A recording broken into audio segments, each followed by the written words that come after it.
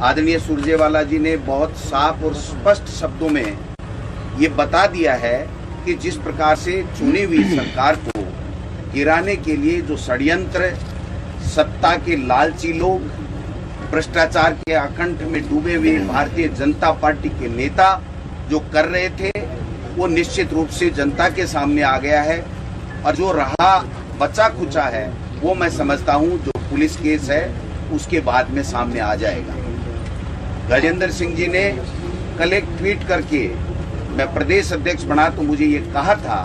कि महाराणा प्रताप की महानता और स्वाभिमान, और हम देश महान मानते हैं, आप परिवार को महान मानते हो। मैं उसके ऊपर अपनी बात कहना चाहता हूँ कि हाँ, मैं उस परिवार को महान मानता हूँ जिसने इस देश की एकता और अखंडता के लिए इंदिरा जी शहीद हो गई, राजीव जी शहीद हो गए। उस परिवार को महान मानता हूँ, उस पार्टी को महान मानता हूँ जिस कांग्रेस पार्टी ने इस देश को आजाद किया। लेकिन मैं गजेंद्र सिंह जी से पूछना चाहता हूँ कि महाराणा प्रताप ने उनकी महानता, उनका शौर्य, उनकी वीरता, उनका स्वाभिमान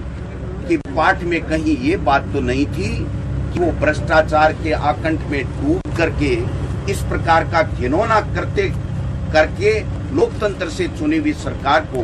उखाड़ने के लिए करेंगे। गजेंद्र सिंह जी को और राजस्थान की जनता ने मोदी जी की सरकार को इसलिए भेजा था कि राजस्थान में जो पानी की कमी है वैसे लोगों की आप प्यास बुझाइए, पानी दीजिए। लेकिन वो पानी की गंगा नहीं ला करके भ्रष्टाचार की गंगा ला करके चुनी हुई सरकार को और लोकतंत्र को खत्म करना चाहते हैं। उनमें अगर थोड़ी बहुत भी नैतिकता बची है तो वो इस्तीफा दें और तुरंत प्रभाव से मोदी जी महाराष्ट्र में एक लोकतांत्रिक तरीके से भी चुनी सरकार,